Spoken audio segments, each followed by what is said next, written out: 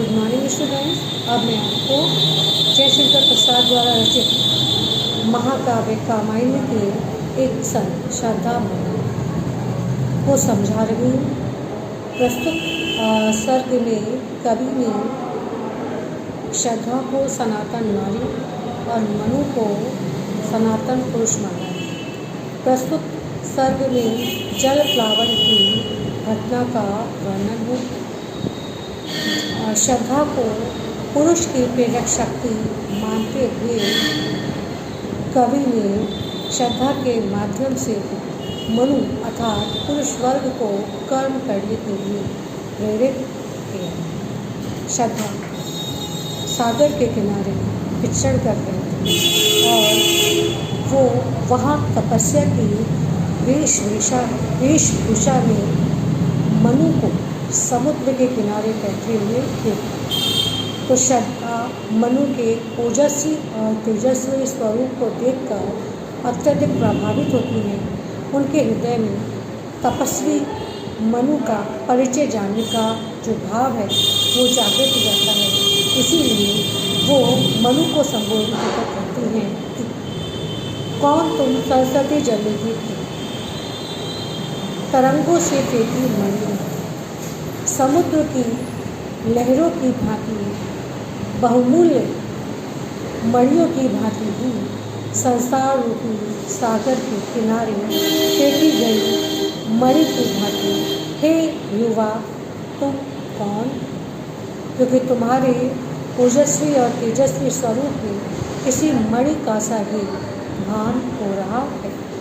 तुम इस निर्जन स्थल पर चुपचाप भोर की किरण से स्नान करते हुए से प्रतीत हो रहे हैं।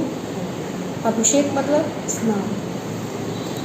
मधुर विश्रांत और तुम्हारा मधुर थका हुआ एकाकी स्वरूप देखकर जगत का सुलझा हुआ रस, एक करुणा में सुंदर भाव और चंचल मन का रस, मुझे ऐसा प्रतीत होता है कि तुमने प्रयत्नपूर्वक संसार के किसी अनसुलझे रहस्य को सुलझा लिया है और सुलझाने के बाद थक कर इस एकांत स्थल पर आकर बैठे। तुम्हारा करुणा से ये जो सुंदर मौन स्वरूप है उसे देखकर मुझे ये भ्रम होता है कि तुम्हारे हृदय में आलस्य के कारण चंचलता का परित्याग कर दिया। सुना यह मनु ने मधु पूजा, मधु करिका सा जब सानन, हे मुख नीचा कमल समान, प्रथम कवि का जो सुंदर क्षण। मनु जब श्रद्धा के मुख से निकलने वाले इन मीठे उत्प्रेरक वचनों को सुनते हैं तो उन्हें श्रद्धा के संभाषण से वही आनंद की अनुभूति होती है जैसे बसंत के आगमन पर भंवरी के गुंजार करने से फूलों को प्राप्त होता है।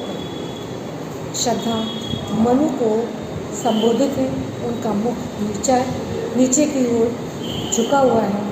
तो कवि उनके सुंदर स्वरूप का अंकन करते हुए कहते हैं कि मनु से संबोधित श्रद्धा अपनी मुख को नीचे की ओर झुकाए किसी कमल की भांति ही सुंदर प्रतीत हो रही है।